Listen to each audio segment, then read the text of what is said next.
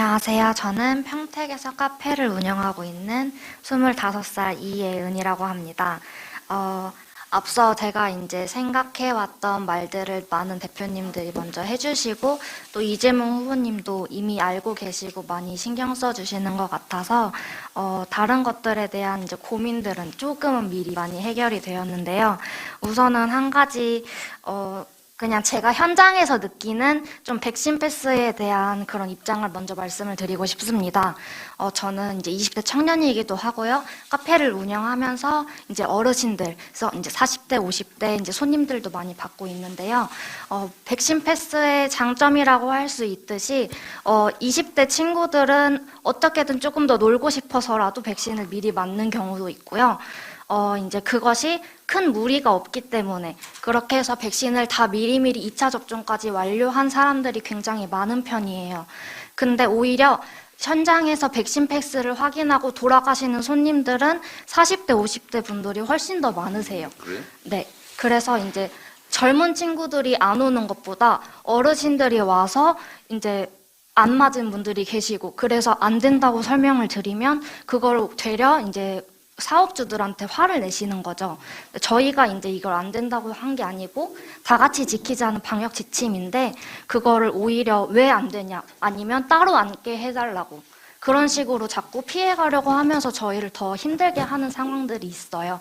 그래서 이 부분에 대해서는 당연히 백신 패스의 그런 장점도 있지만 그런 좀 안 좋은 어려운 부분들도 한 번쯤은 더 고민을 해주셨으면 좋겠다는 말씀을 먼저 드립니다. 또 지난 11월이 일상 회복의 첫 단계였습니다. 그래서 오랜 시간 동안 지쳐있던 것들이 조금은 완화될 거라는 기대감을 되게 많이 가지고 있었는데요. 손님들이 조금 늘어나나 체감을 하기도 전에 바로 방역 패스가 그렇게 적용이 된 거예요. 또 9시 시간 제한이 생기면 매장이 그 시간까지 북적이다가 영업이 끝나는 것이 아니고요. 헬스장과 비슷하게 저녁 먹고 손님들이 시간이 애매하니 오지 않고 돌아가시는 분들이 많아요. 그래서 그거는 이제 방역적인 입장에서는 물론 빠른 귀가가 굉장히 좋은 거라고 생각을 하지만, 운영을 하는 입장에서는 그냥 아예 저녁 시간 전체가 영업 제한이나 마찬가지거든요. 그러면 이제 청년들을 가장 많이 고용하고 있는 식당과 카페 업종들은 그 저녁 시간대에 고용하고 있던 직원들을 전부 그만두게 해야 되는 상황이 되는 거예요.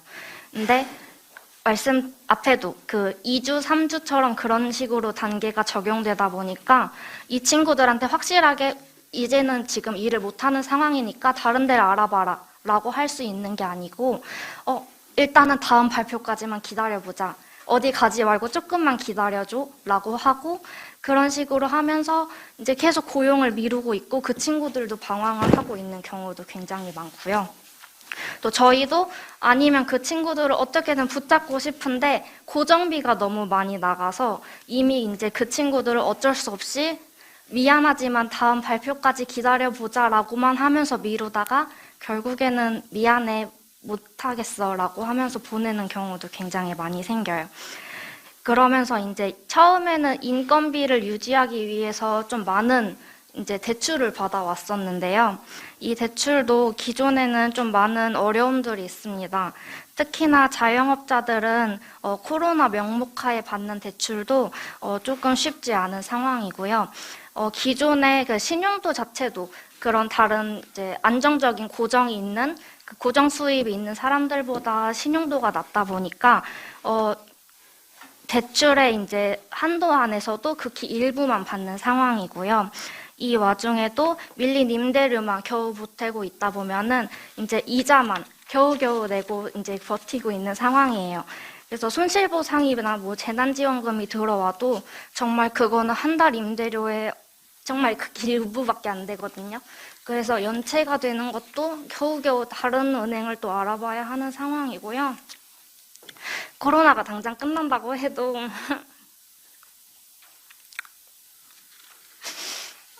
해결이 될 수 있는 방법이 잘 생각이 나지 않거든요. 그래서 이 부분은 아직은 그 PPP 제도가 언제 도입될지 모르는 상황이니까, 대출 같은 경우를 먼저 말씀을 드리면 대출을 받고자 하는 자영업자들은 투자 목적이 아니거든요. 어떻게든 죄송합니다. 네. 어떻게든 이제 운영 자금을 마련해 보고자 하는 건데 그 부분에 대해서 조금 더 완화를 시켜주셨으면 좋겠고요. 이런 팬데믹 이후의 신용도 하락이라던가 연체 같은 것 그리고 원금 상환에 대해서도 그런 고민들을 좀 같이 해주셨으면 좋겠다고 요청드리고 싶습니다. 네, 감사합니다. 우리 이혜연 대표님 청년 우리 창업자이신데 정말 사회에서 첫 창업을 해서 이렇게 팬데믹 때문에 너무나 큰 어려움을 아마 겪고 있는 것 같습니다. 네. 자, 마지막으로 사실 이번에 직접적인 영업 제한이나 금지를 당하지 대상은 아니어서 이번에 손실보상 적용 대상에도 빠져 있습니다. 이 여영업이라는 게. 근데 가장 아마 사회적 거리두기에 큰 또 피해를 입은 업종이 되겠는데요. 강순영 대표님 말씀 들어보겠습니다. 네, 안녕하십니까.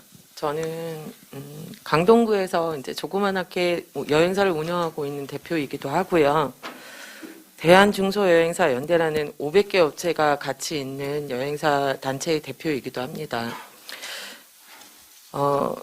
지금 교수님께서 말씀해 주신 것처럼 아시는 바와 같이 저희 업종은 손실보상의 대상에 포함이 되어 있지 않습니다. 하물며 얼마 전에 일상회복대출이라는 금융지원에서도 빠졌었습니다.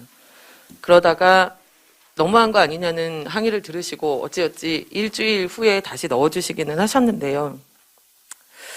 손실보상도 안 되고 금융지원에서도 제외될 만큼 여행업이 굉장히 소외되어 있습니다. 경영위기라는 그 업종 카테고리에 들어있기는 한데요. 사실 저희가 체감하는 거는 경영 파탄입니다. 타이틀 바꿔주셨으면 하는 마음도 솔직하게 있습니다. 언론에서는 매번 여행업과 공연업은 힘드니까 우선 지원해주겠다라는 말씀을 제가 기억하기로는 한 5번 이상 하셨습니다. 근데 아무것도 바뀐 게 없습니다. 지금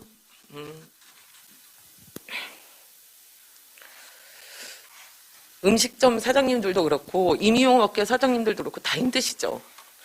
근데 저희 여행업은 안 힘들까요? 저희 매출이 90% 하락했습니다. 보통 이제 기업이 힘들 때 그 사업주가 매출이 마이너스 15%만 돼도 고용유지라는 지원금을 국가에서 줄 정도로 심각하구나라고 판단을 하시더라고요. 저희는 지금 매출이 90% 하락이에요. 비행기가 안 떠서 일을 할 수가 없습니다. 식당에 4인 이상 같이 들어갈 수가 없기 때문에 패키지 모객도 할 수 없습니다. 저희가 일을 못하는 상황인데도 불구하고 저희는 행정조치를 못 받았다고 손실보상 대상에서 제외가 되었습니다. 과연 저희가 정말로 손실보상을 받을 수 없는 업종이 맞는지 지금 여기 먼저 말씀해 주신 대표님들께서는 손실보상금을 조금 더 받기 위하여 아니면 매출을 50% 하락을 하여 이렇게 말씀을 해 주셨는데 솔직하게 말씀드리면 저희 너무 부럽습니다. 그것이. 일을 할 수 있다는 것 자체가. 저희가 또 업종이 여행사다 보니 가족 경영이 굉장히 많거든요. 가족 경영이 많은데 그 가족들은 지금 다른 일들을 할 수밖에 없고요. 고용유지 지원금이라든지 퇴직금이라든지 이런 것, 퇴직금은 아니고 고용유지 지원금이라든지 이런 것들을 전혀 받을 수가 없어서 사실은 가정도 파탄이 나는 경우가 굉장히 많습니다. 저희 정말 여행업은 손실보상을 받을 수가 없을까요? 받을 수 없는 업종일까요? 가장 속상한 건 살펴주지 않음에 버려졌다는 그런 느낌이 가장 더 힘듭니다. 온전한 보상을 얘기를 해주셨는데 지금 저희는 온전한 보상도 중요하겠지만 진짜 손실보상 안에 들어가는 것이 가장 중요하다라고 생각을 할 정도로 앞뒤 딱 맞고 그것만 생각하고 있습니다. 근데 이렇게 말씀드릴 수 있는 기회가 솔직하게 말씀드리면 여행업은 없었습니다. 처음 저희가 나와서 말씀을 드리는 것 같습니다. 여행업을 운영하고 있는 국민들도 국민이니 손실보상이 꼭 들어갈 수 있게끔 부탁 좀 드리겠습니다. 네, 감사합니다. 예, 부모님께서 그 두 분의 네. 대표님에 대해서 말씀 부탁드리겠습니다. 뭐 정리 삼아 또 말씀을 좀 드려야 될 것 같아요. 제가 아쉬운 거는 저는 현재 상태로는 아무 권한도 없는 실업자에 불과하다. 뭐 경기도지사라도 하고 있을 때는 경기도의 예산과 뭐 권한으로 조금씩이라도 우리 이충환 회장도 계시는데 할 수 있었는데 지금은 뭐 그냥 어딘가에 요청하고 어딘가에 건의하고 뭐 그런 정도에 불과하기 때문에 참으로 가슴 아프고 또 안타깝다는 생각이 듭니다. 첫 창업했다는 우리 이혜은 씨 얼마나 황당하겠어요. 뭐 강순영 우리 여행업 하시는 강순영 씨도 실제로 피해를 입은 건 누구나 알고 있는데 아무런 지원도 아무런 보상도 해주지 않았다. 해야 된다고 말은 해놓고 아무도 안 했던 거죠. 매우 부당하죠. 매우 부당하고 일단은 정부의 직접 명령에 의해서 직접 피해 입은 쪽은 더 확실하게 또 정부 조치에 의한 피해니까 그건 손실보상이라도 하지만 여기는 간접적 피해라서 대상이 안 되는 점이 얼마나 갑갑하겠다는 생각이 듭니다. 아까 우리 이현 씨는 사실은 이제 나이가 젊고 이제 사회 초년병이다 보니까 첫 사업에서 엄청난 부채를 좀 떠안고 이제 만약에 파산하게 될 경우는 신용불량에다가 그 부채 문제를 정리를 잘 우리 또 안 해주는 사회다 보니까 아마 재기하는데도 매우 여러 가지 장애가 될 거라서 아마 매우 암담하실 것 같아요. 그러니까 이런 걸 다 고쳐야죠, 우리가. 한번 망하면 다시는 일어나지 못하게 하는 이 사회 분위기도 문제고, 특히 이번 코로나19 때문에 직접적인 피해를 입어서 빚이 늘어났거나 파산을 했다면 그건 사실 우리 국가 공동체가 책임져야 될 일이죠. 제가 예를 하나 들고 싶은데, 우리가 이런 비슷한 위기를 한때 겪었어요. 그게 뭐냐면, 이제, IMF 위기입니다. 외환위기. 외환위기 때, 정부에서 그때 당시 제 기억으로는 대개 국가 총생산이 600조가 안 될 때였을 겁니다. 한 580조? 그때 IMF 극복을 위해서 국가재정을 얼마 투자했냐면, 169조 원을 투자했어요. 169조 원이니까, 6, 38, 한 30% 정도? GDP의 30%를 투자한 겁니다. 그리고 아직도 60조 원 정도를 회수 못한 상태라고 합니다. 국가 총생산의 얼마 정도 한 10%를 회수를 못한 거죠. 그냥 다 없어진 거예요. 그때도 우리 국민들은 아무 혜택도 못 받았죠. 그때 살아남은 게 금융기관들입니다. 근데 금융기관들이 올해 코로나19 상황을 이용해가지고 전 세계에서는 금융기관들이 대체적으로 영업이익률이 한 15에서 20% 정도 줄었는데 우리나라만 유독 금융기관들의 영업이익이 18%가 늘어났다고 해요. 몇 조가 늘어났다고 합니다. 그러니까 여러분들이 겪는 이 어려움을 이용해가지고 그 이자 장사를 잘해가지고 거기 돈을 벌어버린 거죠. 수많은 영세 자영업자들이 고통받는 이 상황을 이용해서 누군가는 돈을 벌었던 거죠. 국가가 왜 존재하는가를 참 고민하게 하는 그런 사안입니다. IMF 때 투자된, 그러나 현재도 회수하지 못한 60조 원, 그때 경제 규모로 따져서 10%.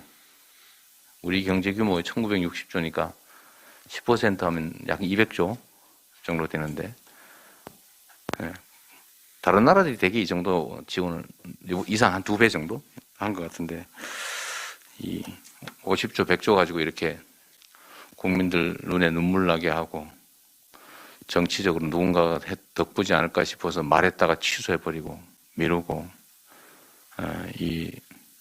정말 이게 과연 정치인가 그런 생각이 듭니다.